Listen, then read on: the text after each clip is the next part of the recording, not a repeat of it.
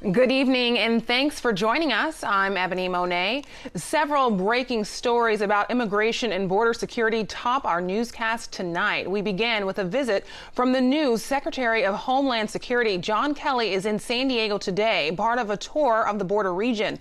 The visit comes as reports emerge that the president's border wall project may cost nearly twice as much as Trump predicted.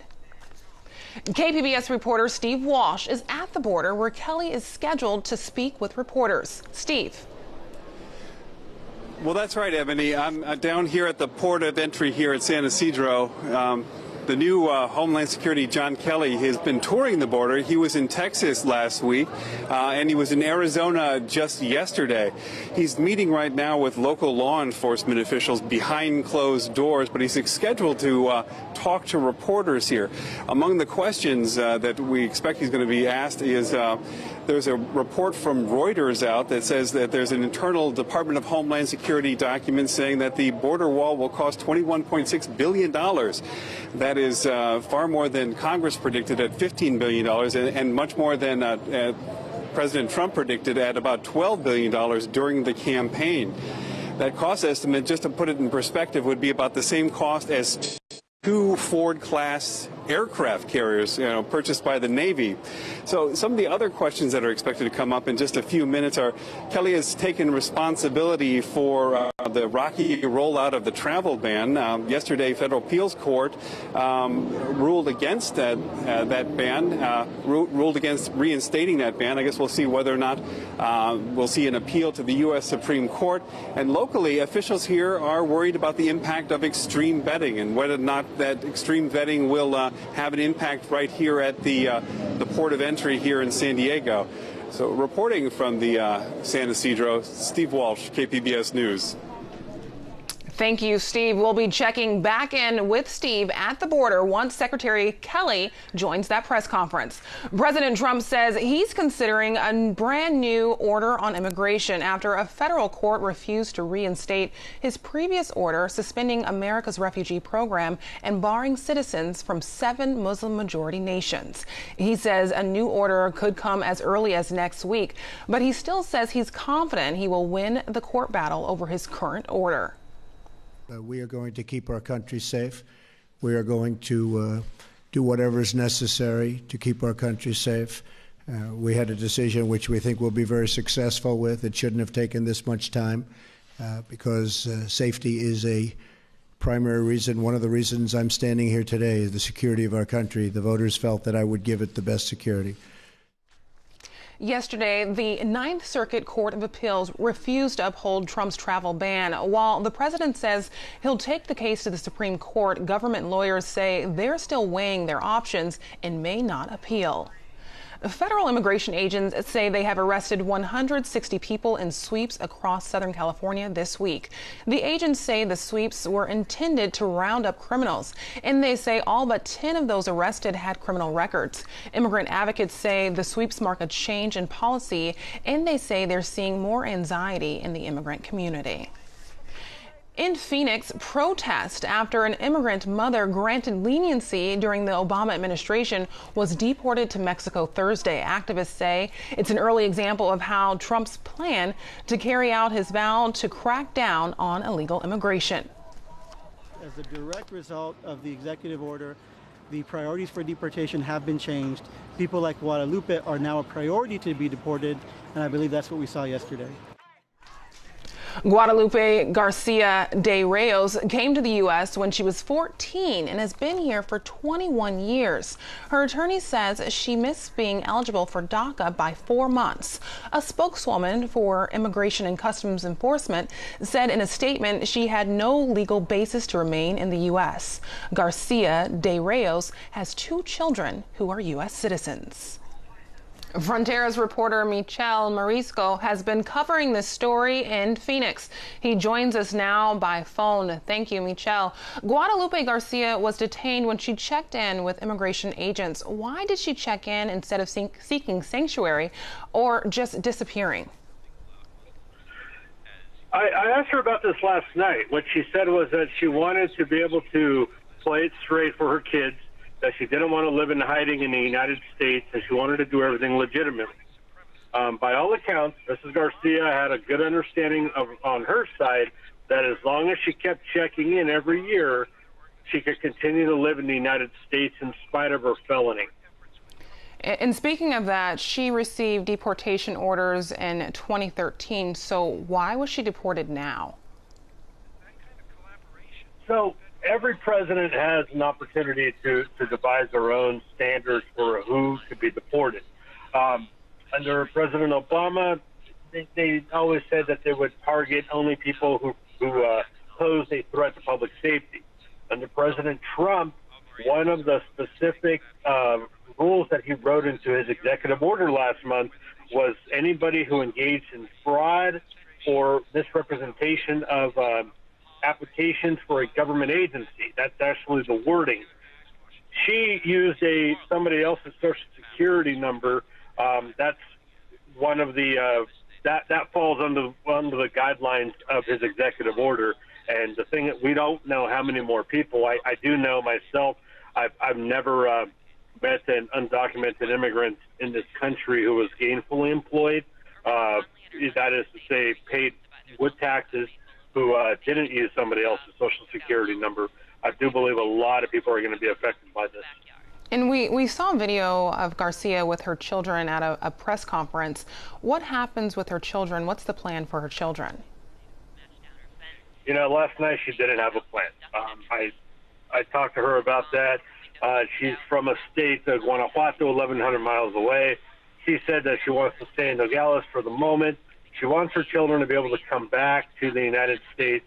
Her husband is an undocumented immigrant. I don't believe he has any sort of criminal background himself. Right now, it's looking like they are going to come back over the next few days, but right now they're staying with her. So what's next for Garcia? She didn't know as of yesterday. I'm slated to go speak with her again next week. Right now, she's living in a country she hasn't been in for most of her life. It's a very new world for her, and she doesn't know. I'm not going to harbor a guess.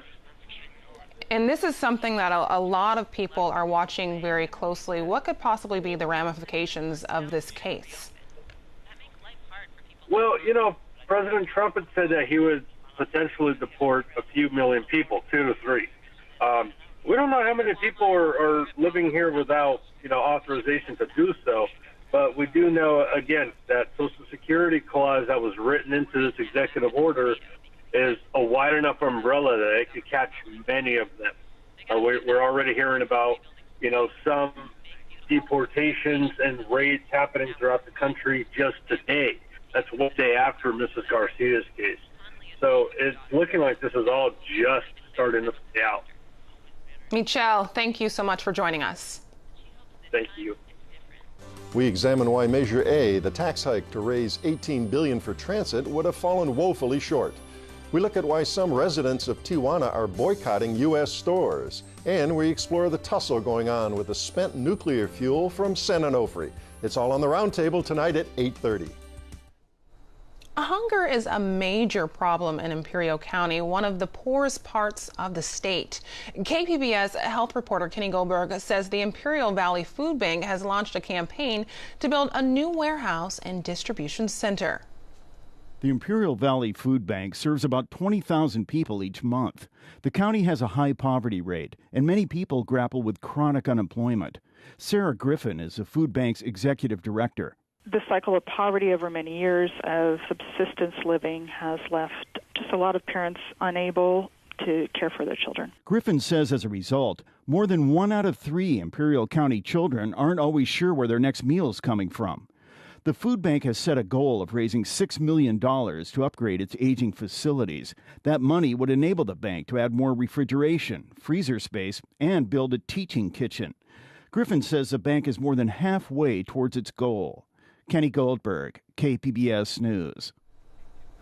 California's San Joaquin Valley is sinking at a disturbing rate. That's the grim finding of a new report from NASA. Satellite maps have been tracking the sinking for decades, but in the past 10 years, the rate has increased. Water managers say the sinking is caused by excessive ground pumping as a result of the drought and worry it could harm water infrastructure, which could hamper the state's ability to deliver water to Southern California. We could have a high snowmelt runoff year, and it could be a challenging thing come the snowmelt season to move that water through the San Joaquin system. While recent storms rapidly replenish surface water, the dire groundwater situation is not a fast fix. Water managers say the San Joaquin Valley will never gain back ground that it lost, but by better groundwater management, it can be prevented. Water could pour over an emergency spillway at Lake Oroville for the first time ever. It's an alternative California officials say they'd hope to avoid. Water going over the emergency spillway, which is up here, as it would go down the hillside and would take out trees and soil and create a big mess in the diversion pool down below. Earlier this week, chunks of concrete flew off the nearly mile-long spillway, creating a 200-foot long, 30-foot deep hole. Officials say Oroville Dam itself is sound and there's no threat to the public. Oroville Lake is about 150 miles northeast of San Francisco, and it's a central piece of the water delivery network, supplying water for agriculture in the Central Valley and residents and businesses in Southern California. Emergency homeless shelters in downtown San Diego will be open tonight in expectation of the rainstorm heading our way. The San Diego Housing Commission says Father Joe's Villages started checking people in at 4. They can sleep up to 250. Path San Diego Connection Housing can take in 30. Check-in there started at 5. These shelters open when there's a 40% chance or higher of rain, and temperatures are expected to be below 50 degrees. The already well-saturated San Diego area is prepping for another round of rain today, though on a much milder scale than last month's storm. Forecasters are predicting about 1/10 of an inch at the coast. The city is still recovering from the last soaking, which downed trees and caused widespread flooding. The city says the damage could top $5 million. This weekend isn't expected to be a complete washout. The rain is set to clear sometime Sunday. Brittany Boyer has more. The wet and unsettled weather is finally making it to our area as it continues to track a little bit farther south. So we'll be talking about the rain. We'll also be talking about the cooler day Saturday, 5 to 10 degrees cooler than today. And also gusty winds. The Santa Ana winds are back as we get into Sunday and also into Monday. Hey, heads up, if you're planning to head out on the water, we do have high surf advisory out there issued by the National Weather Service until 8 p.m. Saturday. Most of the issues are going to be on the west-facing beaches where we could see waves as high as 4 to 7 feet. So make sure you are using caution if you plan on heading out there on the water. So let's take a look at what we can expect as we continue here into this evening. Rain is going to continue to work its way to the south and east with this storm system. So going to have a little bit of rain tonight. Temperatures will be falling to near 60 degrees outside of San Diego. Ramona, we're looking at lows near 54. Mount Laguna, 40 degrees. We'll see most of the steadier rain over the mountains with this one, and down into Alpine, overnight low temperatures right around 51 degrees. So here's Futurecast for you. The rain will continue to work its way south and east overnight tonight and also into Saturday morning. And then I think we'll have more leftover moisture around than what Futurecast is showing, so still some spotty showers throughout the day on Saturday. So keep that in mind if you have any outdoor plans. Here's a look at the forecast. Still remaining unsettled central Southern California. It's not going to be a washout tomorrow, but still some scattered showers out there. And again, the steadiest of the rain is going to be over the mountains where they could see 1/2 of an inch of rain. Temperatures, as I mentioned, will be a little bit cooler tomorrow, so keep that in mind as well. Down into San Diego, Diego, right around 63 degrees around lunchtime. Alpine, mid-50s. Mount Laguna, temperatures are going to be in the low 60s right around lunchtime.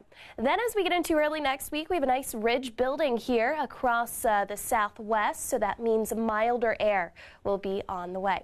Here's a look at what you can expect for the coastal region. Plenty of sunshine next couple of days. Saturday, just going to be a cooler day and then becoming warmer inland. Going to have some showers around on Saturday. Milder temperatures in the low 70s here. Over the mountains, snow levels not really an issue, between 7,000 to 8,000 feet, so not much snow is expected here. Cooler day on Saturday with highs in the upper 40s, and then temperatures will be trending warmer through next week. The deserts, not too much going on here. Plenty of sunshine. By Monday, temperatures are in the 80s. For KPBS News, I'm meteorologist Brittany Boyer. I'm Judy Woodruff. On the next News Hour, Jeffrey Brown sits down with music legend Smokey Robinson. That's Friday on the PBS News Hour.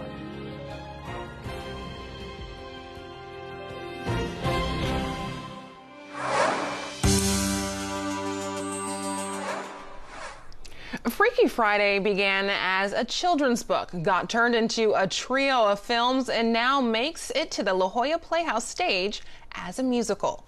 KPBS arts reporter Beth Accomando says a comedy about walking in someone else's shoes takes on new meaning in today's political climate.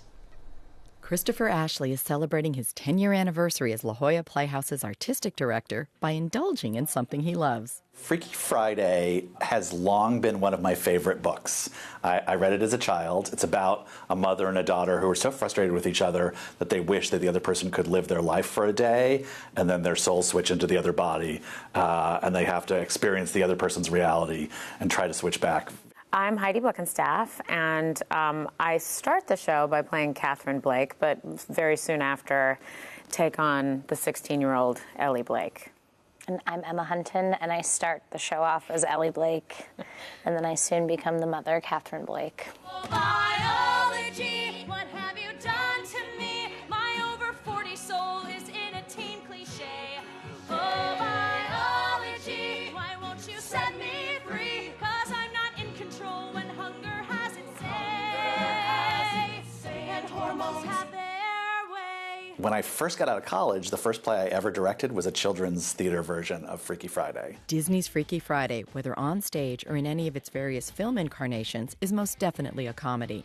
But its fantasy tale of a mother and daughter switching bodies to see how the other half lives resonates differently against today's social turmoil.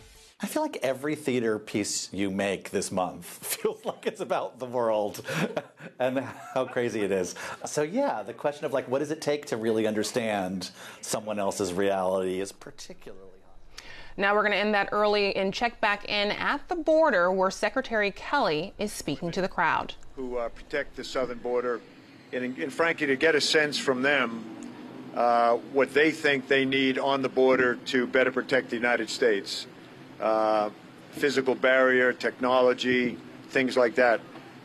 Particularly, I think of particular note, all along the border is the relationship not only the governors have with the officials in Mexico, very, very positive relationship, but the men and women of law enforcement, DHS, as well as the local officials, sheriffs and big city police chiefs, the relationship they have with the Mexicans. And I, as the Secretary of DHS, have already met with the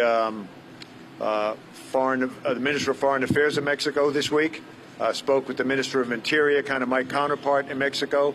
I had a very, very good relationship when I was in Southern Command, when I was on active duty, with the military, senior military of Mexico. And I certainly want to not only, I want to increase the relationship that is already a good one between my department and the men and women that serve the border and the great people of Mexico. And even extend that down to Central America, as far south as Colombia, Panama, because really the protection of the southern border, I think, begins 1,500 miles south with great partnerships with the Central American countries and certainly Mexico for sure. So with that, Jenny? We have time for a couple questions.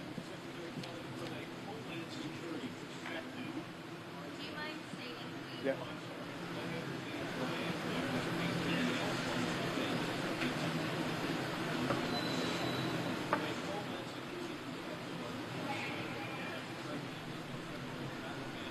That is Secretary of Homeland Security John Kelly. Right now, he is taking questions from reporters at the San Ysidro border. Well, I think the travel pause that is now been stayed by the court, and of course we, every one of the court decisions we immediately complied with, and we're continuing to comply. I think the travel pause, I know the travel pause, particularly against the 7 countries in question, 7 countries that were identified by the United States Congress, 7 countries, same 7 countries identified by the Obama administration, to just give us a pause to look at those countries and frankly others that really are either state sponsors of terrorism or in a state of collapse. And in fact, for the most part, we don't even have, I think 5 of the 7 we don't have embassies in. So the vetting process of citizens from those countries are at best loose. So the pause was going to give us an opportunity to satisfy ourselves as to whether the vetting from those countries was such that we would have a reasonable expectation that people that came from those countries were coming here for the right reason. Again, most of those countries either don't cooperate with us, or they're in such a state of collapse, almost fail states, or fail states in some cases, that we're going to have to figure out other ways, if there are other ways, that when we interview those people for their citizens for potential movement to the United States, and again, that we'll have a reasonable expectation that we know who they are, we know what their backgrounds are, and that they're coming to our country to assimilate, to come here for the right reasons. So I am concerned in that we're unable to vet those folks coming here in a more meaningful way.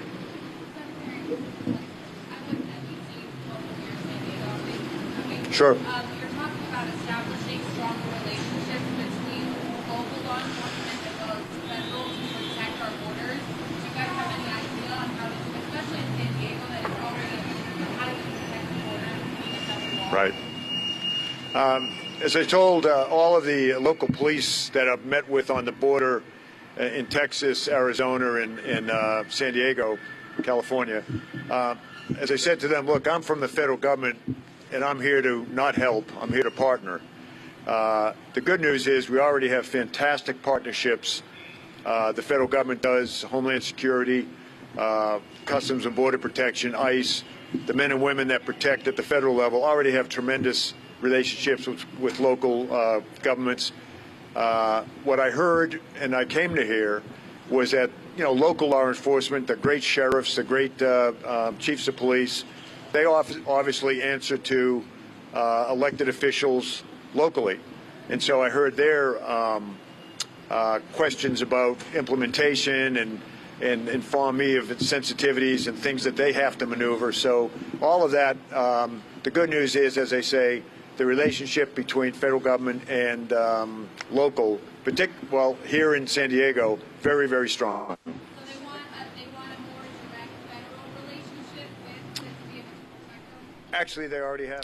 We were just hearing from the new Secretary of Homeland Security, John Kelly, who was here in San Diego speaking with reporters at the border as part of his border region tour about the U.S.'s immigration plans. A San Diego couple is celebrating a rare milestone tonight, 70 years of marriage. Mike and Jackie DiMaggio say 70 years is a long time, but they're still very happy together. Mike says the secret is he does everything Jackie tells him, but humor seems to play a part too. What do you do for Valentine's Day? She'll buy me a card. That's about it. No, I buy her a card. I buy her a card every year. Every year I give her the same card over and over. What are you laughing at? Today, the DiMaggios got a cake at the Balboa Park Senior Lounge. They plan a bigger celebration this summer with their 3 children, 7 grandchildren, and 11 great-grandchildren. You can find tonight's stories on our website, kpbs.org/evening edition. Thanks for joining us. Have a wonderful weekend.